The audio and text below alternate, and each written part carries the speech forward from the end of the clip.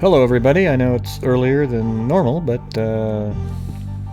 thought I'd cover this case before the live show later that now other YouTubers are starting to mimic. I mean, can you believe that? The whack job conspiratorial YouTubers are now going to do their own live show at 6 o'clock too on the Delphi case. But hey, you know what? I guess what? If it helps solve the case, go do it. All right.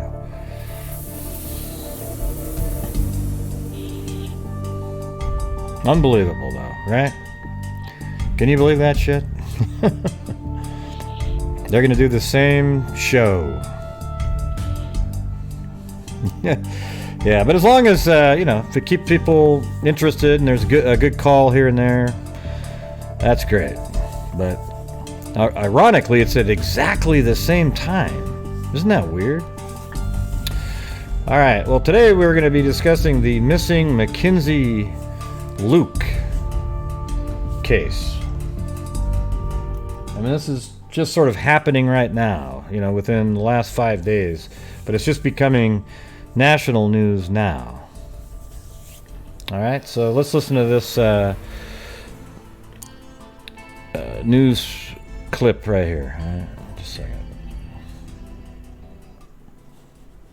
6 days since a 23-year-old University of Utah student seemingly disappeared. Monday was the last time that anyone saw or heard from Mackenzie Lueck, and her friends and sorority sisters have launched a desperate search to find her. ABC4's Nicole Newman joins us live from Salt Lake City with the latest on the search effort. Nicole? Wow, that was loud transition there. Rick, these flyers as well as posters given out today by Mackenzie Lueck's friends at Liberty Park in hopes that someone would recognize her.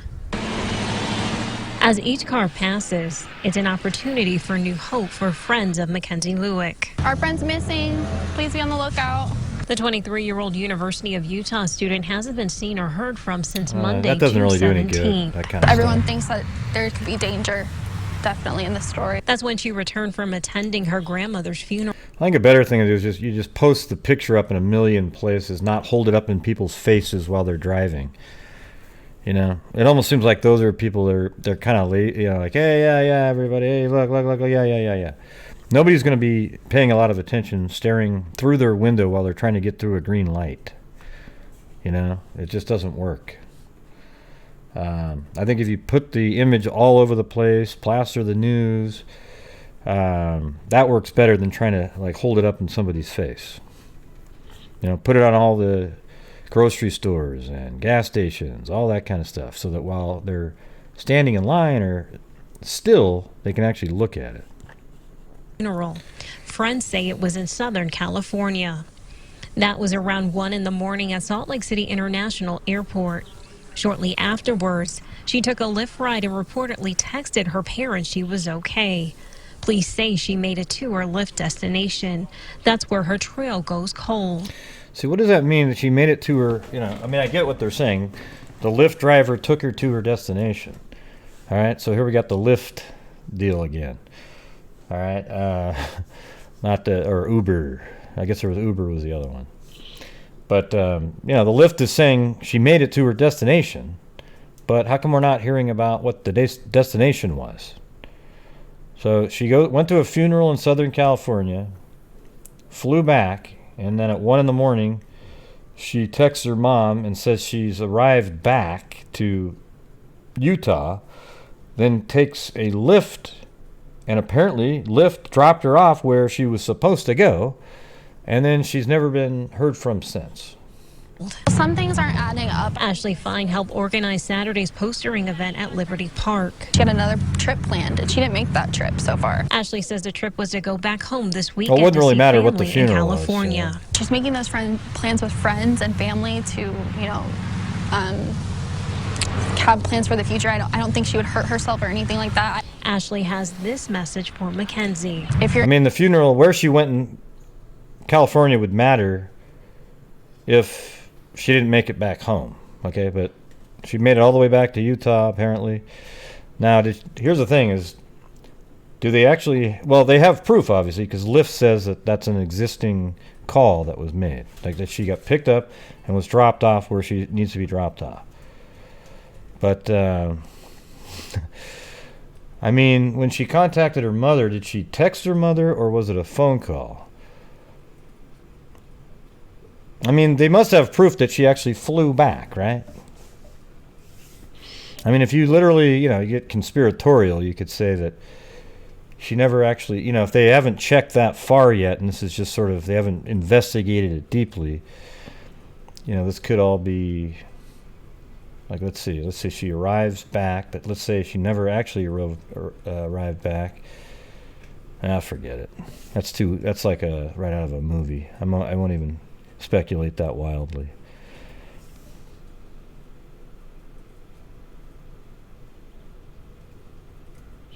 Yeah, I mean, why don't we get to know where the Lyft driver dropped her off?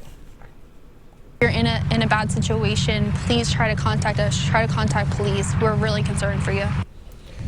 I always think that's kind of goofy too. It's like when you tell people, "Oh God, if you're in a really bad situation, give us a call." Well, you think that if you're in a really bad situation, there's a phone that you can just, "Oh yeah, let me pick that up and call." Right? Usually when you're in a situation like that, there's no chance of calling. Right? It's been nearly a week since the disappearance of 23-year-old University of Utah student Mackenzie Lueck, the disappearance of her, and then everyone thinks that there's danger in this story. On Saturday, friends organized a postering event at Liberty Park in Salt Lake City and continued effort to try and find her. Mackenzie hasn't been seen or heard from since Monday, June 17th. That's when she returned from attending her grandmother's funeral. Friends say it was in Southern California. That was around 1 in the morning. Southern California. And then she returned at around 1 in the morning at Salt Lake City International Airport. Shortly afterwards, she took a Lyft ride.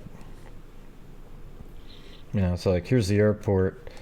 And I'd imagine, just like every other airport, right in, let's see. I don't know specific. I think this is probably the short-term parking, and then right inside here would be where one of these lanes here is where Lyft would be. It's amazing how similar airports are now all over the place, because there's like this perfect little formula. Yeah. I mean, my Portland International looks just like this, basically. So you just pick up your bags over there, then you walk across, and then this is probably where, Lyft might be in this row or maybe over here, lined up waiting to pick somebody up, and then they take off with the person, right? So I'd imagine, in some airports now they actually literally have somebody standing there sending people to different Lyft cars and cabs, right? So that's where she was. She landed, took a Lyft from there, and apparently Lyft is saying she got back to where she was going. But how do they prove that kind of stuff? You know what I mean? Like, how do we actually prove that? I mean, Darrow, I think, does do Lyft. Okay? So I'm wondering if there's GPS tracking of all of their vehicles. Because how do we... Yeah, I mean, so there's GPS, sure. But, I mean, does the base track, too? Like, they can see that, yes, they went to this location. Yeah. Well, did she actually live on campus? Like, which college did she go to, by the way? Let's see.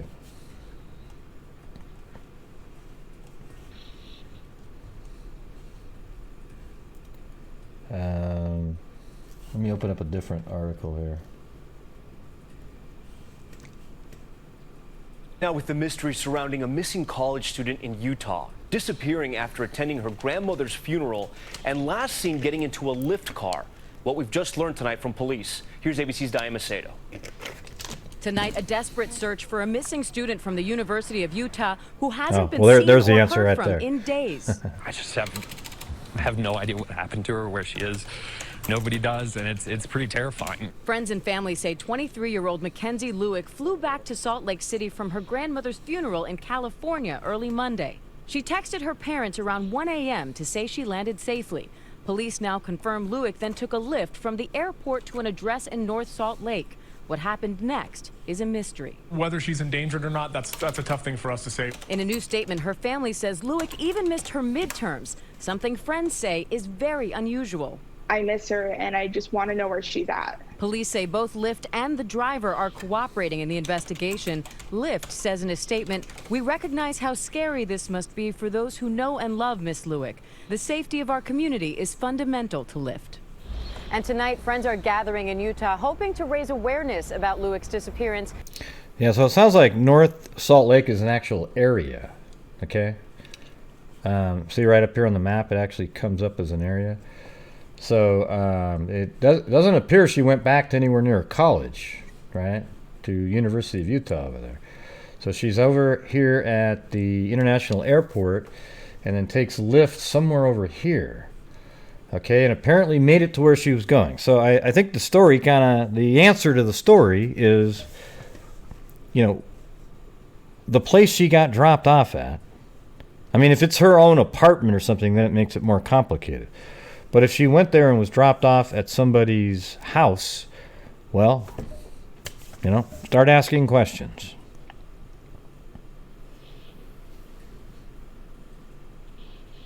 Right. But how do we know for sure that Lyft made it to the spot, other than the driver saying, "Oh, yeah, I got her there"? I mean, wouldn't Lyft drivers make perfect... for the people out there who believe in, human trafficking's all over the place, wouldn't they make great, not just Lyft, but any of those people? Like, you have a single woman in a car, then you go on a route, and then you tell somebody else on a line, "Hey, listen, I'm going to stop my cab right over in this area. It's on the same route that I would take." And then it's amazing, right? I'm not I don't believe in that kind of stuff, but they'd be perfect for doing that. Because you get a single people into a vehicle and they trust it because, oh, yes, it's a cab. Oh, it's Uber. Oh, it's Lyft. Oh, yeah, it's all good. Yeah. Well, what significance do you think the construction has to do with it, Robin? I mean, or the airport being a mess. What difference does that make?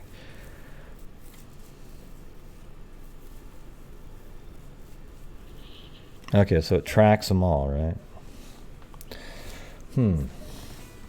So, I have no idea where in North Salt Lake she lived.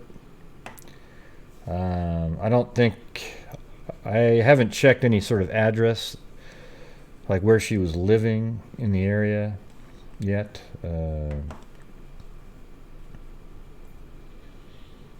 Let's see. And ultimately hoping for her safe return. Yeah.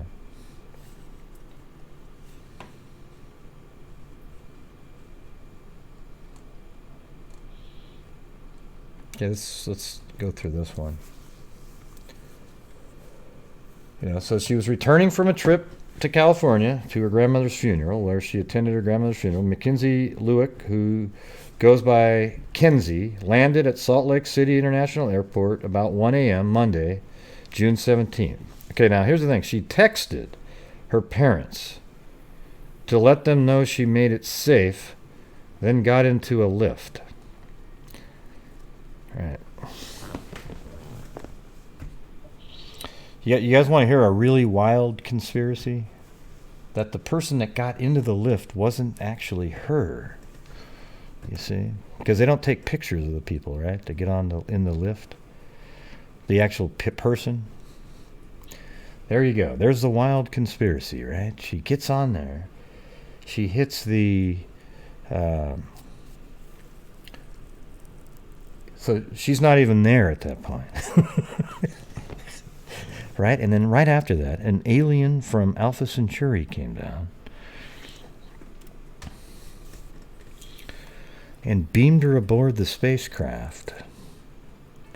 Well, let's see. First, right before that, she was beamed above the into the spacecraft, and then a body double right out of the Kanika Jenkins handbook was put into that cab that looked just like her, though. Okay, I mean, it was an absolute clone.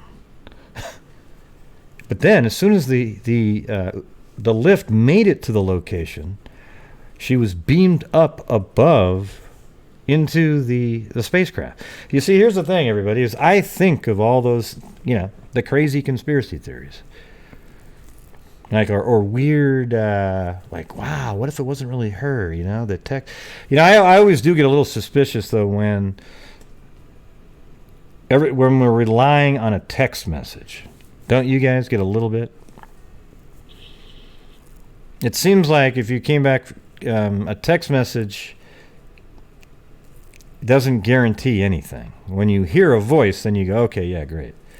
Because how many stories have we heard recently where text messages are sent, and they're just alibi text messages sent by the nefarious actor?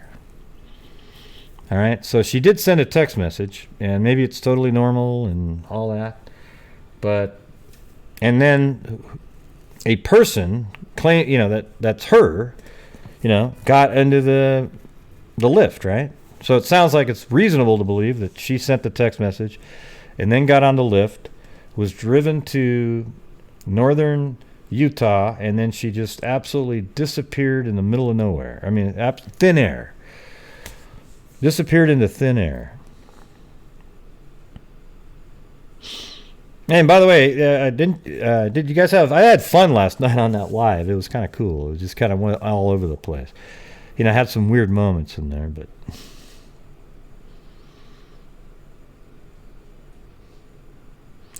Right.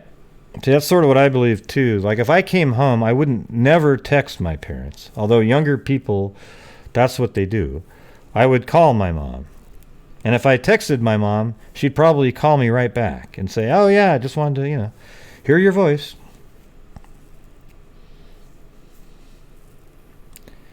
But it sounds like she did get on a Lyft ride.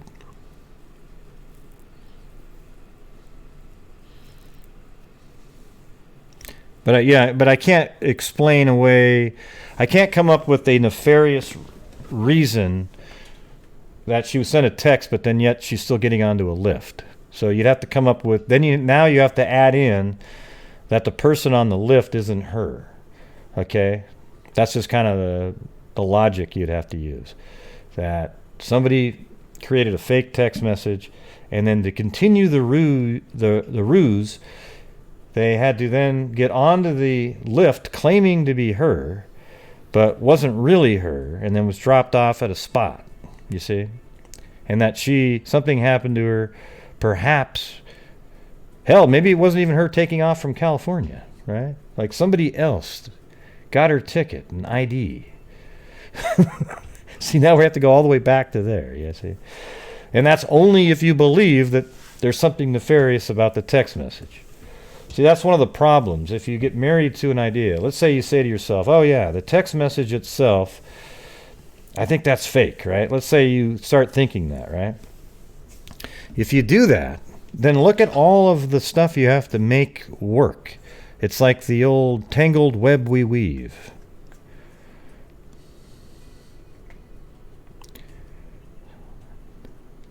Mega Man. And Gray is onward to next one. Mega Man. I don't know what that is. That's right.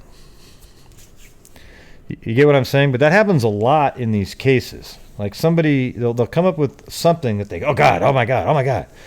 And then it forces you to come up with absolutely insane adjustments to a seeming otherwise rational story to make that one thing that you think is true fit.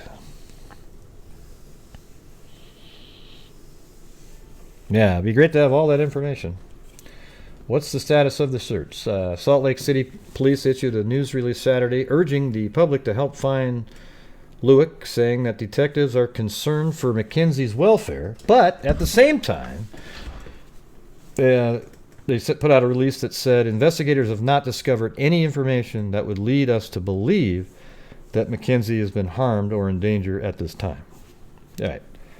They say that all the time. Like, there's absolutely no evidence. There's no blood. There's nothing. She just vanished. Simply vanished. That'd be kind of a... there's a podcast named Vanished, but you come up with one called Simply Vanished. What about the Lyft driver? Police have talked to the Lyft driver and have been in contact with the ride-hailing company. We've confirmed with Lyft, the app, that where she requested to go, and with the driver that that's where she did go. God, this writing is horrible. We've confirmed with Lyft, the app, that that's where she requested to go, and with the driver, that's where she did go. Wow.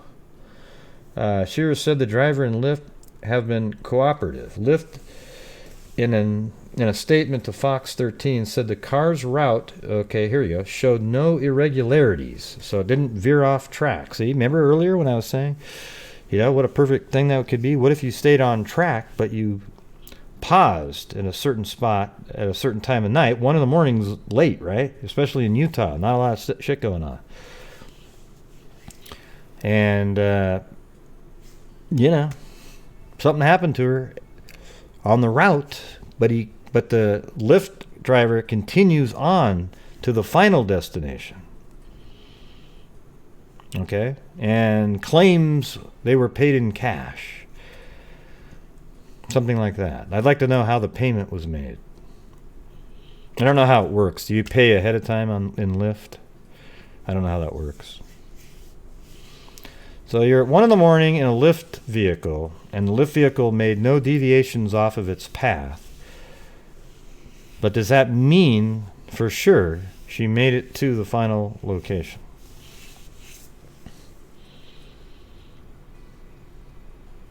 Shearer said the driver and Lyft have been cooperative. Lyft, in a statement to Fox, said the car's route showed no irregularities, and the driver picked up more app users immediately after making Lueck stop. Right. But what if Lueck wasn't in the vehicle at that final stop? That's what I'm trying to say. It's like in the route there, somebody could easily pull up next to the Lyft vehicle, and it was pre-organized, like on a cell phone. Let me just throw out this scenario. It's a little bit wild, but it's not that crazy. You know what I'm saying? So here it is. This person finds a girl gets in his vehicle that fits what a client of his wants. So he's driving down and then once he picks her up, he then calls the client and says, "Hey, I've got one. Meet me over here on, because on the route there, he looks at the map and says there's a certain spot. That person goes there. He pulls up next to them. They abduct her really quickly. He drives on, continues to the final destination, waits there for about 30 seconds, then takes off and goes and does all of his other stuff, and nobody would ever have a clue that happened. Right? So there you go. That's a conspiratorial thought that actually, might not be that crazy. Hey, what happened to this?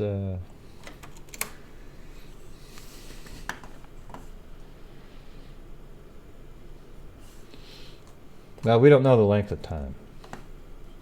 I mean, I could just eyeball it and say,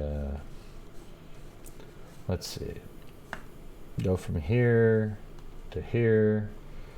It's 5, let's say at the most 15 minutes, right?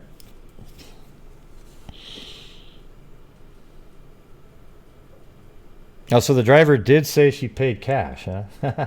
That's funny, because that's part of my scenario that makes it work. Are you sure that's what was said? Did that actually get said in there? Let's see.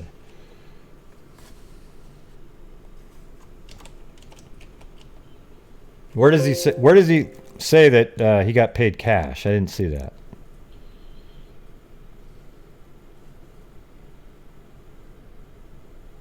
Yeah, we said that already, M-Fan. I just read that exact sentence out loud on the air. Okay.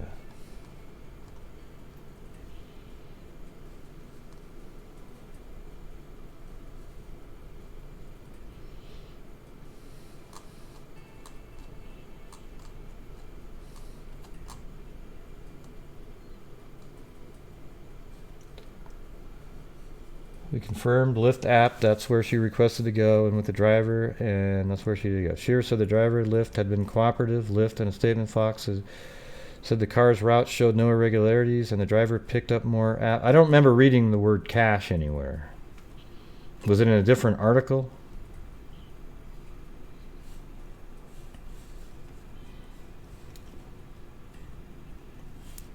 I don't remember reading that. Sorry.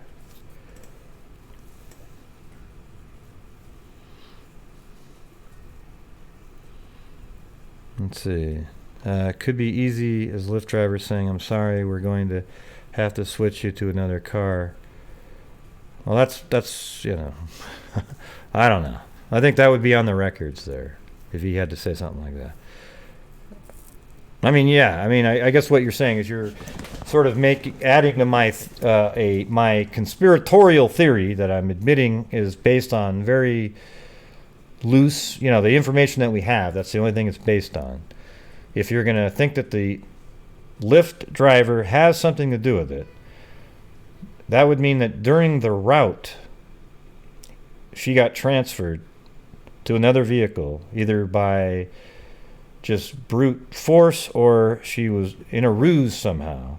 And he continued on to the final destination to continue the ruse, right? And then he goes and picks up everybody else throughout the evening, and it just seems like a normal night.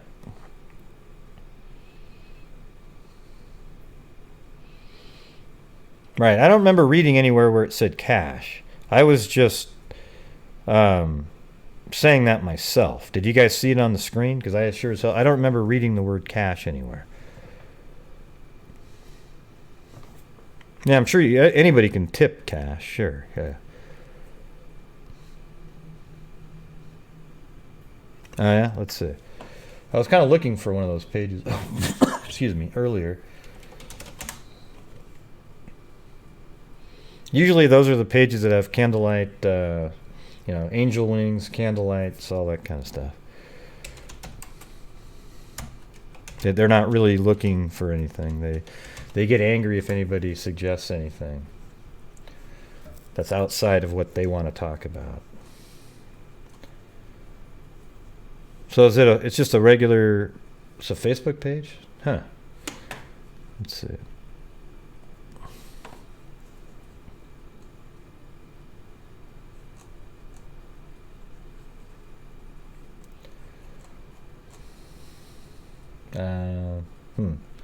Well, you kind of have to join it. Your friend will look at now. Things will be discussed. Yes. Are you 18? Yes. Oh, God.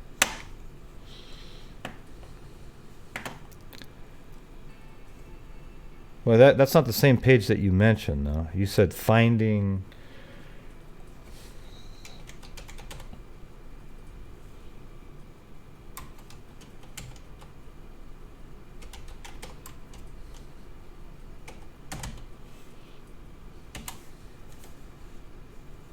I don't see it. Give me the link to that one. Okay, is that it? Okay, let's see. Yeah, this is just a general page, though. You said it was Finding Mackenzie Lueck. I don't see that one. That's not what this page is called here. It's called Crime Discussion Mackenzie Lueck. Okay, there you go.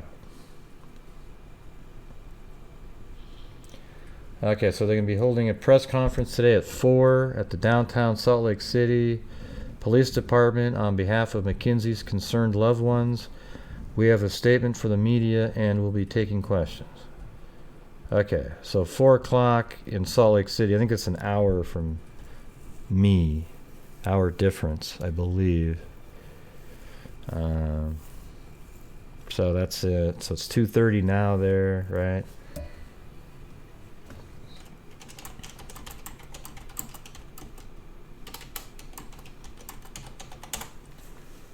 Yeah, it's 2:33, and so that means in an hour and a half there's going to be a press conference. But I doubt. I don't know if it'll be streamed.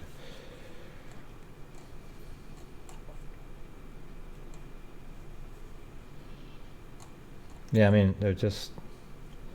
Why haven't they provided information about who lives where she dropped off? Yeah, exactly. That's what we were saying. Did she speak to the Lyft driver, or was the instructions solely from the app? Was anyone else in the vehicle? Did she take her luggage with her? When was her app closed? See, good questions there, Liz. From what I read, she dropped off per her instructions in North Salt Lake, about 10 miles from her home. Okay. Well, see, that's concerning, right? Like, she was dropped off 10 miles from her home. It wasn't at her house.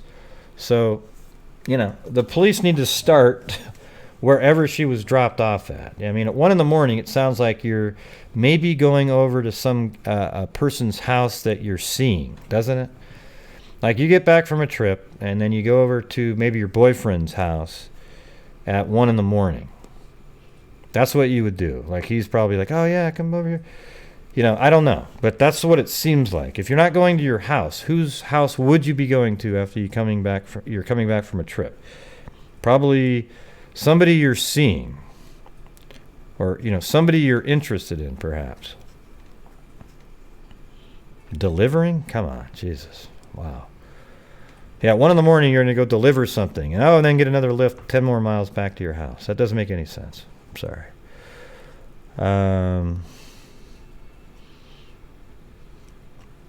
Buying drugs. Wow.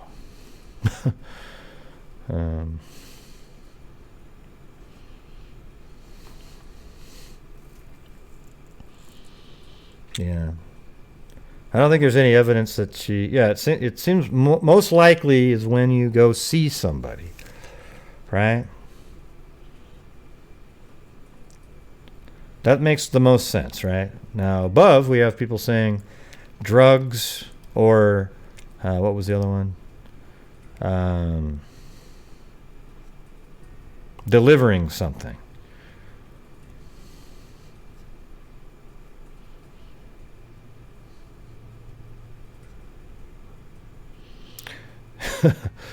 Yeah, that's right, Raquel. Yeah, I mean, here's what all I can say to stuff like that is, yes, it's possible that she took a Lyft 10 miles away from her home to deliver something at 1 in the morning instead of just waiting to the next day to do it after a long trip.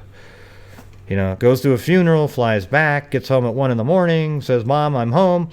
Oh, but first I'm gonna take a Lyft 10 miles away from my home so I can drop something off. Yeah, that doesn't make a lot of sense, okay? So then you say, well, she went 10 miles out of the way to get drugs. I don't know. That doesn't make a lot of sense either.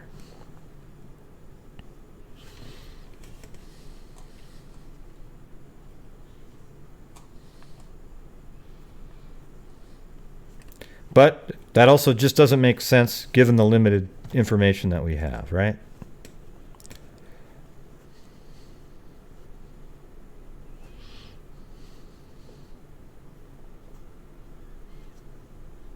Yeah, I think where she was going is the bigger thing. I mean, that's what I originally was saying. Like, the police need to, wherever she was dropped off is what they need to be looking at, okay? But you also need to keep looking into Lyft in case where she was dropped off, nobody heard anything, you know, maybe, I don't know. I guess what it is if she gave an address to be dropped off at, that is where the police need to look first.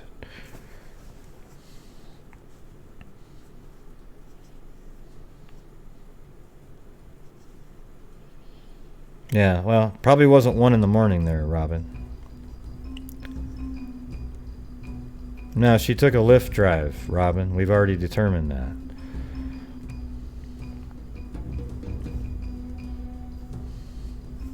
Hey, thanks, Raquel Bedgood Corley.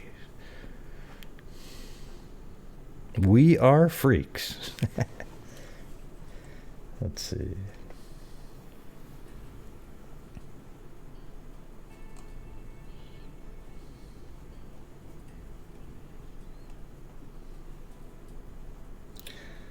So she was last seen getting, the Lyft driver is the last person to see her, it sounds like.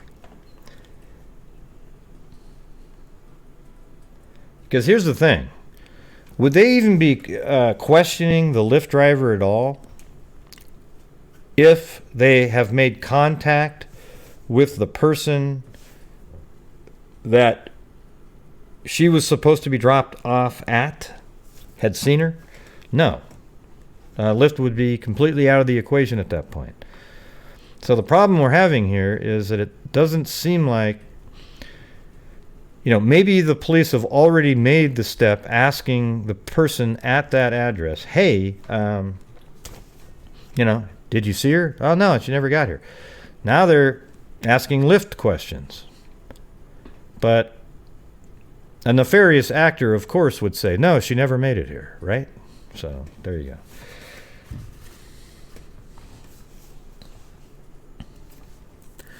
Yeah. It's interesting. This is an interesting one. I want to get more. This is one of those true sort of absolute baffling mysteries right now. Now watch, it could be something totally easy. Oh yeah, I got dropped off there and I was meeting up with some friends and we just decided to go to Tahoe for the weekend. It was great. I didn't want to call in because I just wanted to do what I wanted to do. But at this point, it's crazy, right? She shows up, but she's been missing for 6 days now.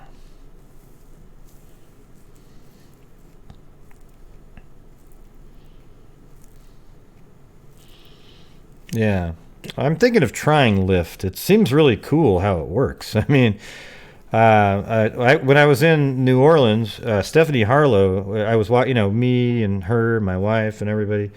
It was a group of us walking around, and we had to get somebody back home that had a few too many.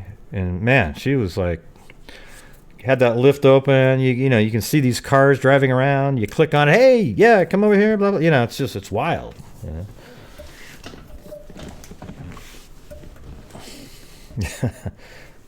Yeah. I don't take cabs often, though, to be honest with you. I only do it when I get back from a trip or something. Yeah. Molly Tibbetts came to my mind when thinking of this case. It has a similar sort of, like, what the hell happened kind of thing. I mean, what's weird about the Molly Tibbetts case is it turned out to be exactly what, the original ideas were. That when she was jogging, she was abducted. You remember that? But then it became, the red shirt. And then we all had to think, wow, she made it home after jogging and put the red shirt on. And then in a moment of clarity one night, I said to everybody, let's forget about the red shirt. Let's remove the red shirt from the equation. And then it all fit back into place again. And then eventually the mother said, well, I know the two red shirts I knew about are accounted for. I mean, but I don't know if she had a third one. Then it was like, Jesus. Couldn't you have just said that at the beginning? It was crazy.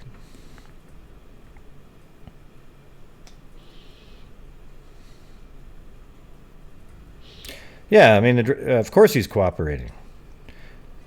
Look at let me ask you this: if a random scenario like I said before is true, so he took the correct route, and he knew what the route was going to be before he picked her up, right? That's how it works. So he picks her up, but before that he says, "Hey, so and so client, I'm going to be driving on the street. I'll stop. You can get her, and then I'll keep on going."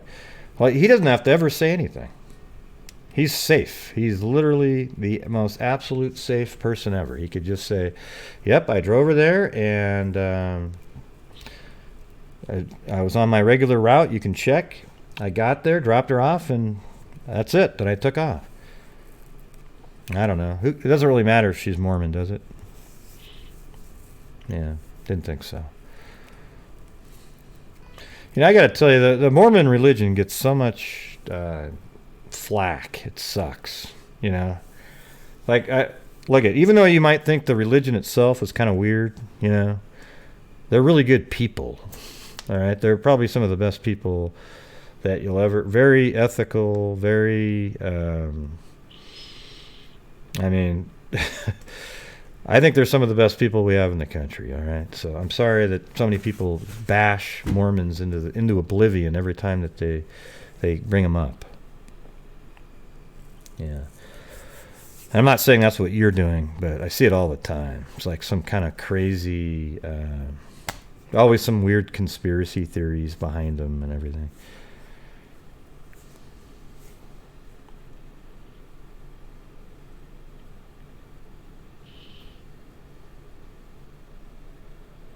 Right.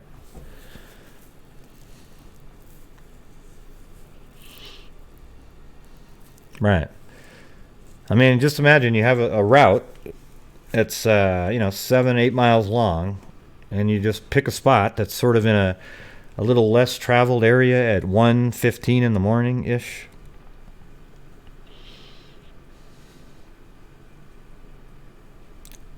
You know. Let's see.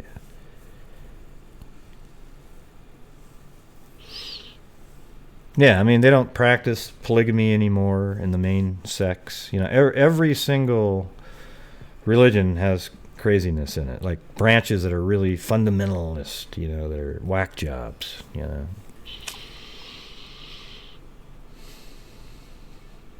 I mean, you know, I think it's a weird way the religion started and everything. You know, I don't subscribe to it at all, but the people are good people. I've worked with many Mormons over the years, and it's like, you know, they'll do anything to help, and it's amazing. But anyways, I remember in the Jodi Arias case, just because Travis was Mormon, people would come up with all these crazy freaking theories about it. Oh, the Mormon church had him executed because he was breaking his, vow of celibacy, and so they set up Jodi Arias to make it look like. Oh God, it was just mind-boggling. Remember that crap?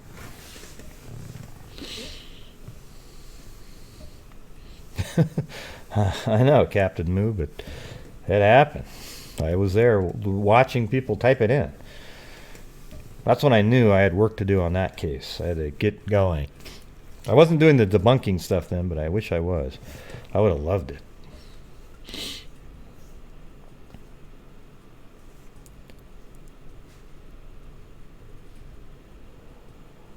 Yeah, so what are you guys thinking about this? It's interesting.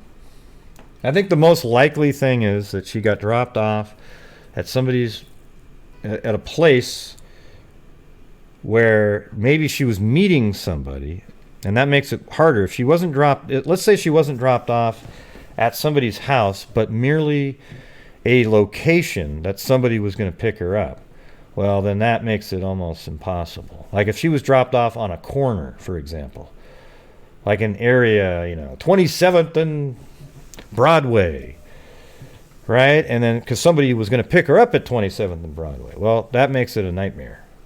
But if you were dropped off at a specific house, then you have a place to start. I don't know why they're not saying where she was dropped off. It's bugging me. Hopefully, when they do this press conference today, hopefully they give that information out.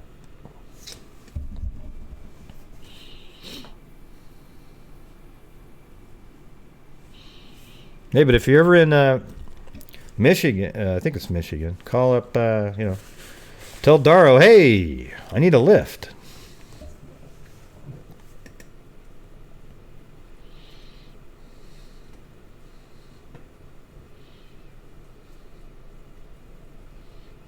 Yeah. In your advanced stage, you learn never to trust a stranger. Took you that long? Wow. What are you talking about, Linda? Where do you come up with this stuff? Who does she work for that had her arriving at 1 a.m.? No, she was at a funeral. We've already gone over this. In California. She was flying back. Okay? She was flying back, got back home to... She was in Southern California for the funeral, got back to Salt Lake City at 1 a.m., texted her parents, hey, I'm home, and then got into a Lyft ride and apparently was dropped off where she intended to go in North Salt Lake City and just disappeared off the face of the earth.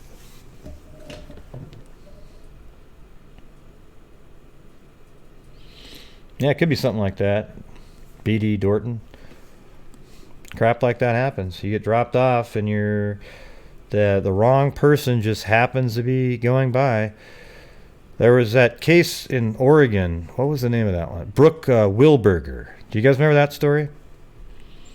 And what's weird about Brooke Wilberger is I actually lived in that exact apartment complex, literally like 50 feet from where she was abducted from years later, like in 90, I can't remember what year that was.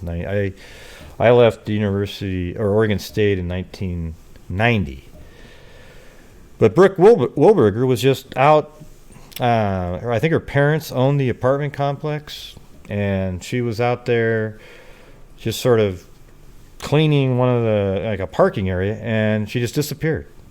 And then for a while, they blamed this Asian guy who had been stealing underwear out of the, I mean, you got to admit that's a pretty good suspect at that point, but he was taking underwear out of the washing machine areas and all that. But years later, somebody else, I think somebody else was murdered, and somehow they tied it together. I mean, the way they tied it together is crazy. And then eventually they led to the arrest, and the guy led them to her body. Just a total random whack job, driving around a van, drove up next to her and threw her into the van. You guys should look that one up.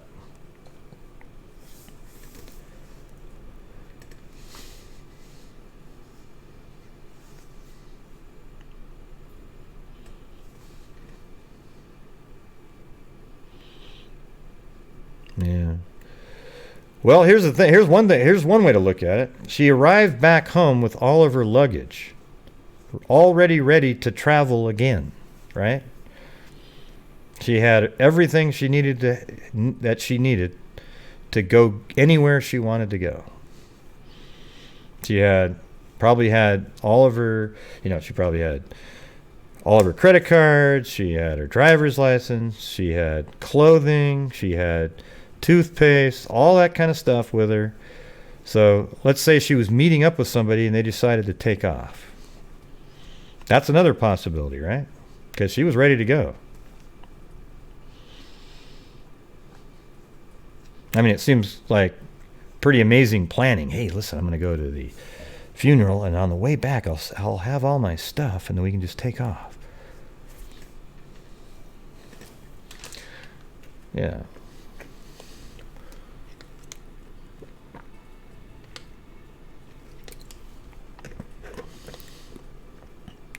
What do you mean phlebotomist? What does that mean? I mean, I know what that means, but why are you...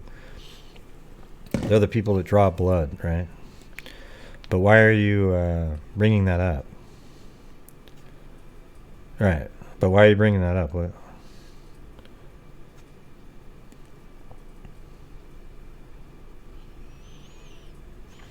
Yeah, hey, Sarah, nobody ever here's the thing. Nobody ever says anybody deserves to be murdered.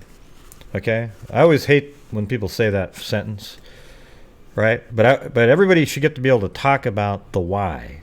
Yeah, I never liked Travis Alexander. I thought he was an idiot, like literally one of the he's somebody I'd want to punch if I was just in a room standing next to the guy.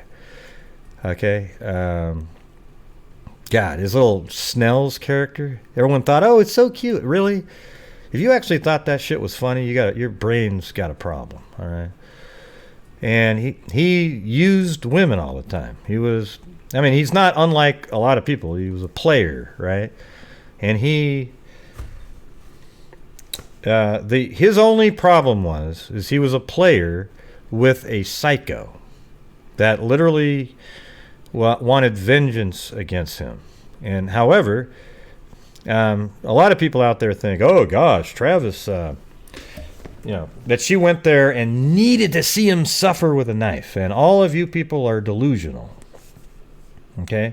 She went there. She planned on having the fact that she was there hidden from the world. And she was going to go there and make it look like a suicide while Travis was in the shower.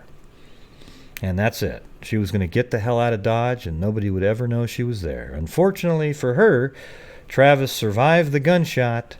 And that led to all of the forensic information being put out there. All of it.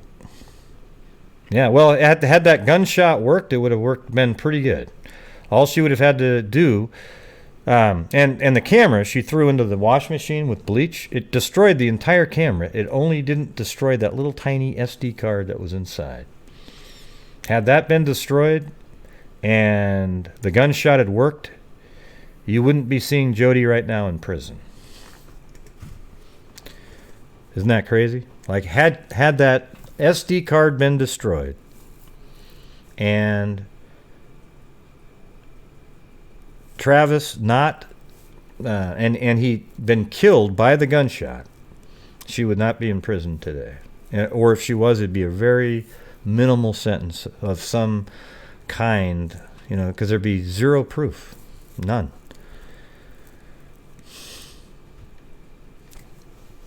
And that's when she went and that's what screwed up her whole thing, was after the gunshot did not work, she went, oh shit, and she had to improvise, and she went and got a knife. Everyone goes, well, it's the same knife she used to slash the tires, just to kind of, I guarantee it, that she had got the knife from downstairs. It takes 15 seconds round trip to get that knife, and that's exactly what she said, because she thought that they were going to be able to prove that the knife used was one of the ones from the kitchen. However, after she put it in the dishwasher and washed the damn thing, Flores said, we were unable to determine if one of the knives was used, which means that one of the knives could have been used. Right? That means that one of the knives is consistent with that. If he would have said, we've excluded the possibility of all the knives being used. He said we were unable to determine because they couldn't find the blood and so forth on there. And then Jody was like, well, I think that was just a memory then. I don't know. Because then she realized that, it's just really obvious to me. And then remember the whole story she had to make up to place that very knife upstairs with the rope. And we were trying to, fold the rope around and, double length it. And that's how it ended up in the bathroom. It was so convoluted, right? So. Right. And the thing is Jody was also using Travis for power. She didn't give a shit about Travis, okay? She was just kind of trying to move her way up and become somebody more than what she had always been, right?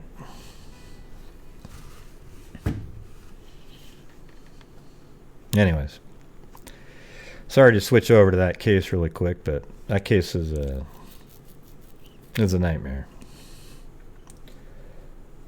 It was so interesting, though, because of all of every single bit of everything was shown at trial. And prior to the trial, you even had images that were leaked. Now, it was a .25 caliber, not 35. Very tiny little gun. .25 calibers are tiny, notorious for jamming, very weak bullets, and that's why he survived. And it missed his brain, despite what they said at trial, changing their story. There was even one point where Horn had to say, Kevin Horn, who was the medical examiner, had to say, well, he's also younger. I think it's like, I can't remember if when you're older, your brain fills up less of the cavity. But he knew how close it was, so he had to come up with this little sort of explanation. It was ridiculous. All you got to look at is the durameter was intact. Oh yeah, and the thing is here's what he said. Kevin Horn was a joke at that trial. Okay, sorry, Kevin Horn, if you're listening out there, you were an embarrassment. The one part that made me most angry was when Kevin Horn said, "Well, at this point, the brain is liquefied. You can't even examine it." You know, and everyone's like, "Whoa, wow, that's crazy, wow." And then one of the few bright spots that Wilmot ever had was, "Well, you did serial cross sections of it, Kevin Horn."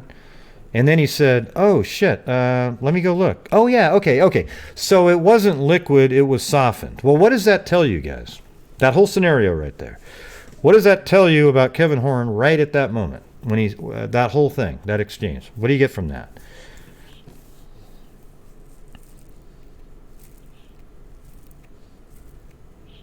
Now, well, I wouldn't even say exaggeration. I'd say that he was intentionally trying to sell to the jury that there was no way to examine that. Therefore, all the stuff that he put on the autopsy report, you can't really accept it, okay? It's ridiculous. He said, you can't even examine it. It's liquid at this point. Then he said, oh, okay, well, it's just softened then. That's a massive difference.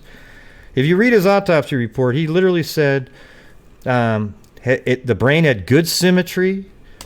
There was no evidence of a bullet track. He did say this. There was no evidence of a track in the brain, but it's the observation of it is somewhat limited due to decomposition.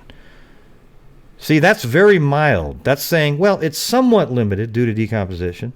Somewhat means mild, right? It's like somewhat limited due to decomposition. However, at trial, he says, you can't even examine it. It's liquid. That is a massive change there. Unbelievably. I was, Jodi Arias did it. She's guilty. But the tactics that the prosecution used to switch from gunshot first to knife first is a joke. I could make a 2-hour video on it, and by the time I was done, they would look like they'd probably be brought up on charges. It sucked. All right. I mean, especially when you have 14 months after the murder, they're in court arguing that the gunshot was first for special cruelty. But then they realized later that the knife first would make a better argument for special cruelty because that means your original intent was to be cruel. However, if you go with the gunshot first, you could literally argue, well, her original intent wasn't to be cruel, it was to be quick and easy killing, that he wouldn't suffer. And then, then the prosecution could come back and say, well, then when she decided to go get the knife, she would have known, right? And then you're back to where you were. But it would be the original intent part, and that might have swayed a juror or two not to go with the death penalty, which never happened anyway. Most of you guys don't even know about the Jodi Arias case, right? I mean,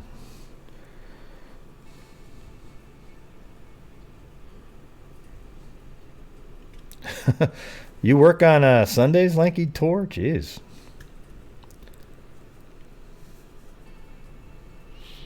Yeah, it's like that all the time. I think this is what I'm talking about, man. Prosecution need to stick with facts only, and if it doesn't work, it doesn't work. Because when you, in the cases where people are accused falsely and literally serve years and years in prison for something they didn't do, that means the entire time the prosecution was selling bullshit to the jury. And they all believed it because the prosecution always has the benefit of the doubt. Sadly. Yeah, people watch it from start to finish, and they believed every single thing that Juan Martinez was saying. That's the part that I didn't like. It's like, didn't you ever just look at what he was doing? And remember the really crappy blood spatter expert they had? I mean, they asked her, "Oh yeah, I learned all this stuff from online classes," and she's in there, and she didn't have a clue about any. I mean, she literally didn't have a really solid belief about almost any piece of spatter in that entire bathroom, but she was so sure that the bullet shell being on top of a tiny little puddle of blood meant that the gunshot came after the knife. Like, almost as if before, it's like, yeah, we got to go through all this stuff, but I need you to hit home on that the bullet shell on top of that little pool of blood means that the gunshot came last.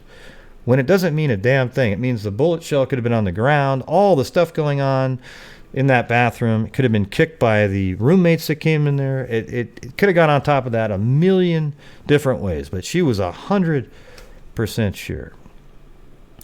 Yep, 6 o'clock tonight.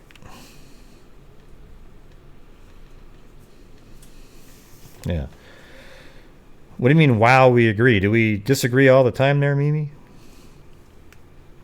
The funny thing about the Arias case is at the beginning of it, when I had made all those videos and talked about gunshot first, people hated my guts, okay? And nobody agreed with it at all. Now I think over 50% of the people believe the gunshot was first. 6 o'clock tonight.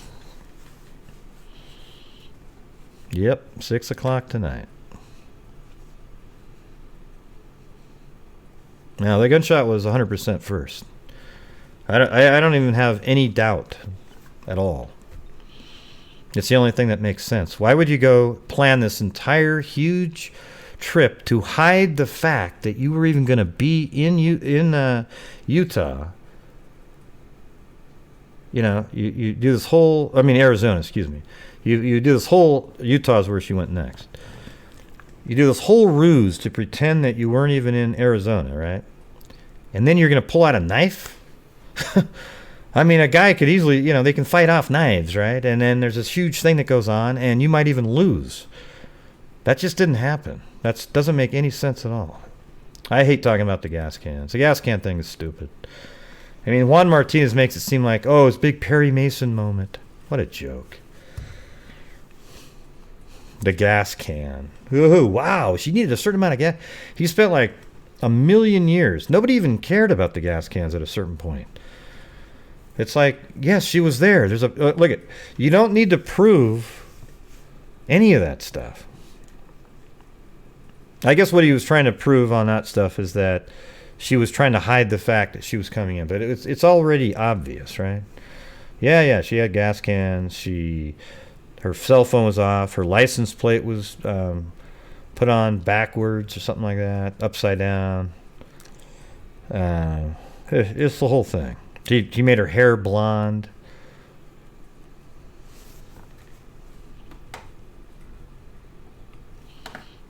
Is this the same group? Yeah. I've already tried there, Casey, but you didn't approve my request, so I guess we're just gonna have to leave that group out of our discussion.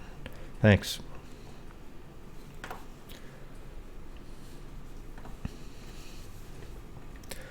Let's see, what do we have? Didn't wear the adult. I don't know what you wore. But man, I was also made a bunch of videos where I caught Arias in these lies. It was awesome. Like I made him ones that other people didn't catch. I put together in these little sequence how she about the gun. She said, "Well, Travis convinced me that there was no bullets in the gun." And then Juan said, "Well, then what were you going to do with it? Throw it at him?" That was a good line, right? That was probably the funniest moment at the trial.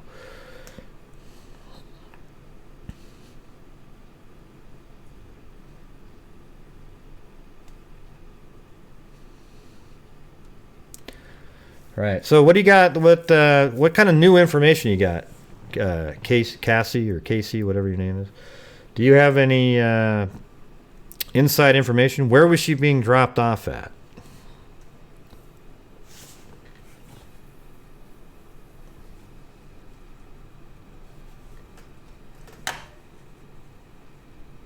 Yeah. Yeah, I definitely don't see. I'm still not approved there. How do we get in there to actually see what you're saying?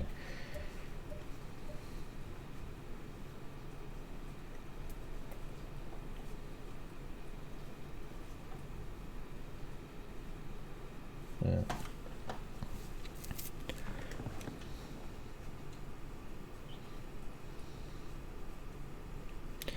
What do you guys think about that arrest earlier today?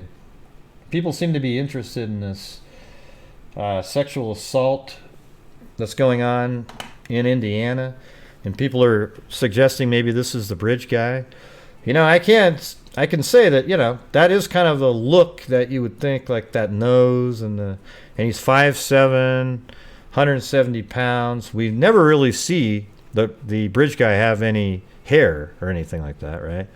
So nobody really knows if he has hair or not. That's a hoodie with a hat on his head. But anyways, this is the search for suspected kidnapper and sexual assaulter Paul A. Eder continued Sunday around the Girl Scout camp's property in eastern Tippecanoe, which is one of the places where we were getting audio feeds from the original Delphi incident. Eder, 55, stopped to help a woman in her 20s who had a flat tire in rural Tippecanoe County on Saturday afternoon, Goldsmith said. But instead of helping her, police suspect he abducted her and took her to a remote area in the 700 block of South Tippecanoe, County Road 775 East. This area is near the Girl Scout camp and near where Eder lives. The woman managed to escape once during the afternoon, but he caught her and confined her again. About 5 p.m., Eder drove the woman to a residence and let her out, and she called police, Goldsmith said. This started a massive manhunt Saturday that involved helicopters, drones, police dogs, and officers from nearly a half dozen agencies. The hunt went into early hours Sunday and continues after sunrise. The search Sunday, however, did not involve helicopters, Goldsmith said. It did, however, involve digital forensic experts. Ooh, wow, they should have called Harvey up because he uses digital DNA. What they could have done was taken a little chunk out of his face and plastered it all over every single person that ever lived and say, look at the match. Yeah.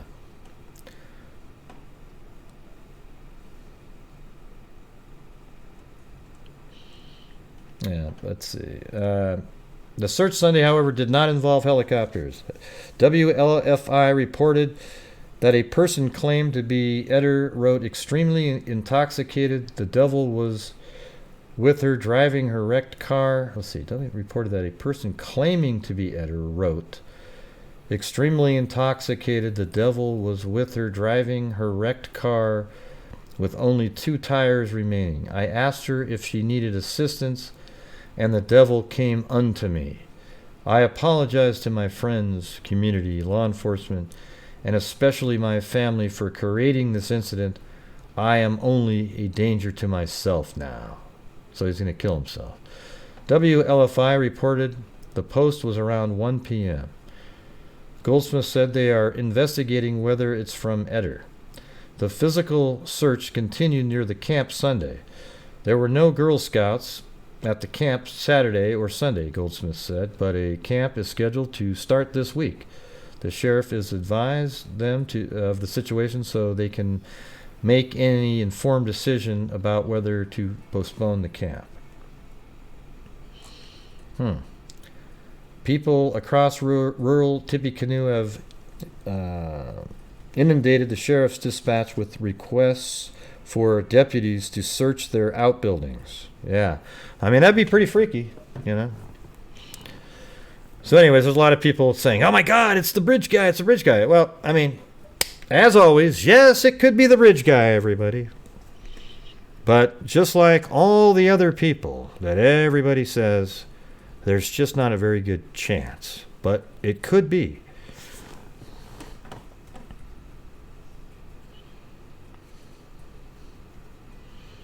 Yeah. I think for every case we need to do digital DNA stuff like good old Harvey, right? And cut out like a little U-shaped part of a face, you know, with the cheek and the jaw, and then just slap it around on all kinds of different pictures.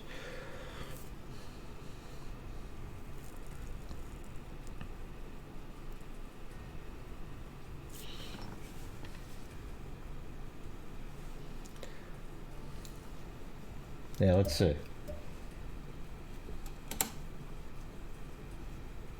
Okay. Yeah, it looks like I'm in there now. I'm in there now. So what do you got?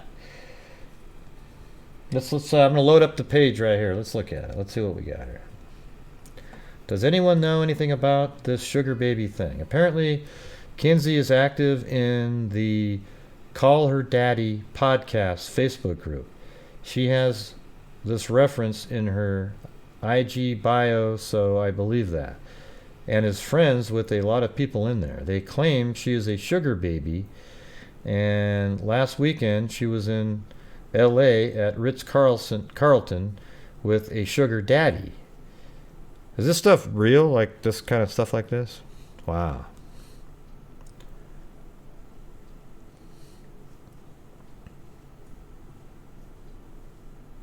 I mean, like she's a call girl? Is that what you're saying? What do you mean, yes, Deacon?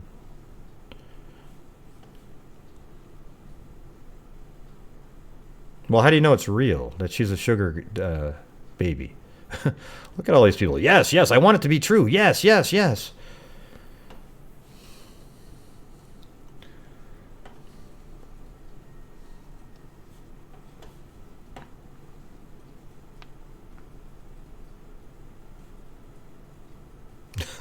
God. Yeah, she was at a funeral. I mean, she was in Los Angeles for a funeral. I don't really get what you're saying here.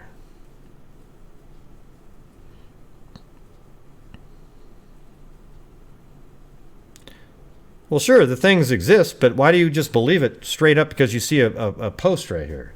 Do you have any other information there? Baroness Fahrenheit? Jesus.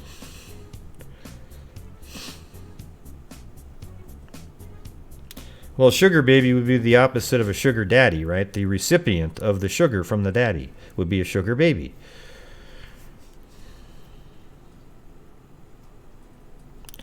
Oh, wow. So Sam Greason has friends that do it. That means that this girl has to have done it. Great point there, Baroness. I'm glad. Oh, exactly, Sam Greason. Yeah, because Sam Greason has friends. Therefore, we have to believe that Mackenzie is also a call girl. Yeah, wow. That makes a lot of sense. Like, why don't we look into it more, see if we can get some more information? Yes, everybody knows it exists. There isn't anybody out there that's that naive that doesn't think shit like that exists, right? But how about we, get a little bit further into this before immediately start saying, oh, yes, she's a call girl, and it just seems weird, Like the very first thing in this group is some, crazy story right out of the gate. It might be true, but really? Come on.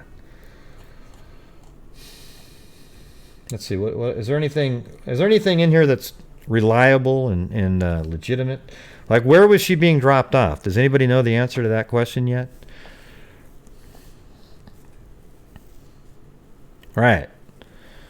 She was in Southern California to go to a funeral for her grandmother.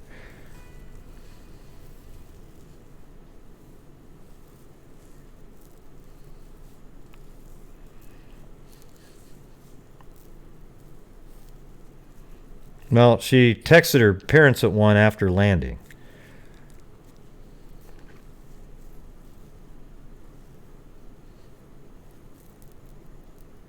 Yeah. Well, doesn't it sound normal that she was going to a boyfriend's house after getting off on a plane at 1? That sounds like something anybody would do, right? But now it's a call girl?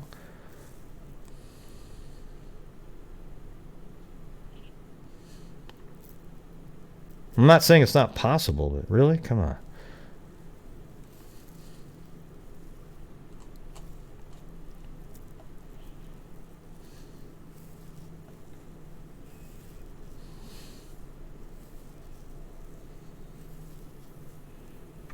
We have friends and acquaintances in the group, trying to get as much info as possible. Okay. So, how much more information do you have on what you guys are suggesting in your group in the very first post?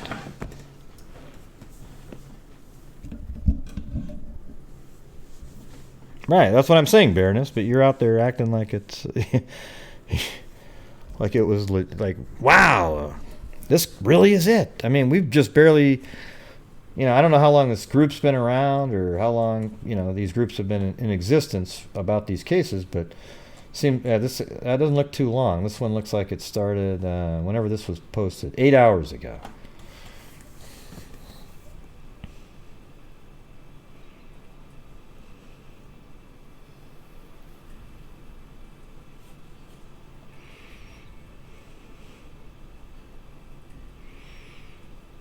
Yeah, well, how old, let's see, how old is she? She must be 23, so she's probably already graduated. And she was probably in a sorority, and those are the people that are out canvassing. But now she's not in the sorority anymore. Yeah, I said that, 23.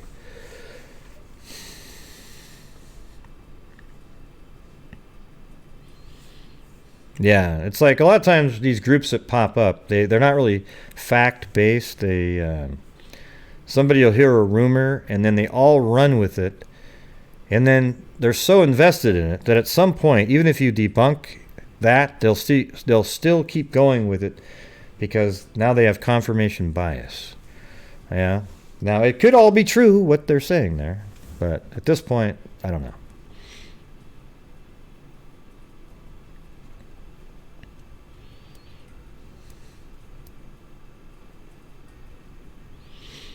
Hey, thanks, Beach Pirate. Anyways, I'm going to be coming back on at 6 tonight. Apparently, one of the other YouTube channel that always bash my show, they're going to have a similar show at exactly the same time that we've been doing our show. Isn't that amazing? Wow. It seems so ironic. It must have been a coincidence.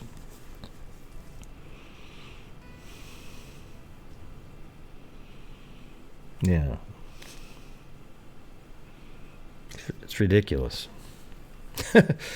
Yeah. That's right. Screw the other show. I just think it's funny. But I'll tell you what. If they do a show and we do a show and it helps somehow get some new information, then great.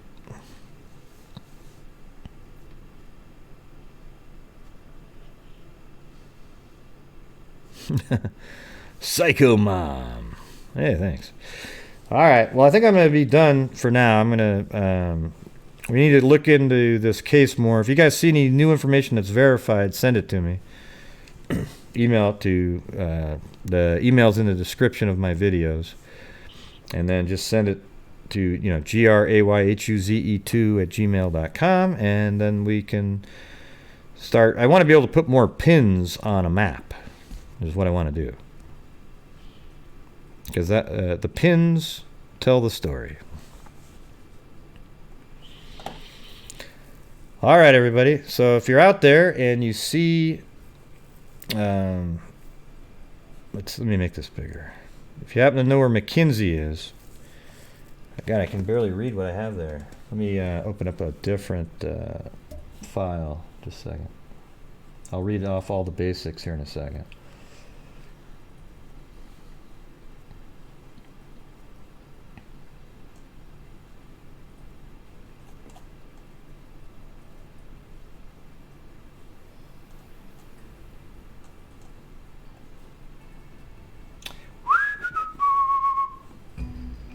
Come on, man, this thing's so slow.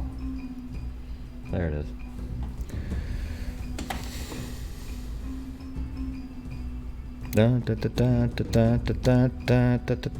Thanks, Nona. Take the high ground, Gray. Yep. So here we go. Missing, Mackenzie Lueck. She's missing from Salt Lake City. She went missing on June 17th. She's 23 years old. Female, 5'6", 120 pounds, thin. Her eye color is brown. Hair is blonde, medium length, and she's Caucasian. And the phone number to call is 801-799-3000. And again, 801, or maybe you put the 1 in first. 1-801-799-3000. So, I mean, if the rumors that they're saying are true, it's kind of similar to the boyfriend thing, but it also could include the other scenario that I talked about, that she was already ready to travel once she got back. So maybe if there is a, quote, sugar daddy, they went somewhere after that, right? Because she had everything she needed to do to travel. Just maybe not maybe not outside the country, though. So there you go, everybody. Thanks for joining the show. We just kind of went through a bunch of random stuff at the end there, talking about Jodi Arias again. But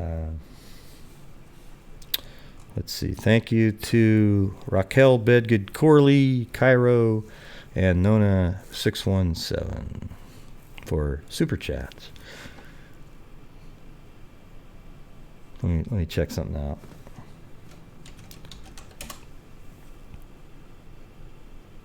All right. Okay, so I do have a few emails to check after I get off of here. As a matter of fact, looks like 20. All right. Thanks, everybody. Thank you for showing up today, and we'll see you tonight at around 6 o'clock for the 4th day of the live Delphi case call-in. All right? That's it, everybody, and until next time, be safe out there.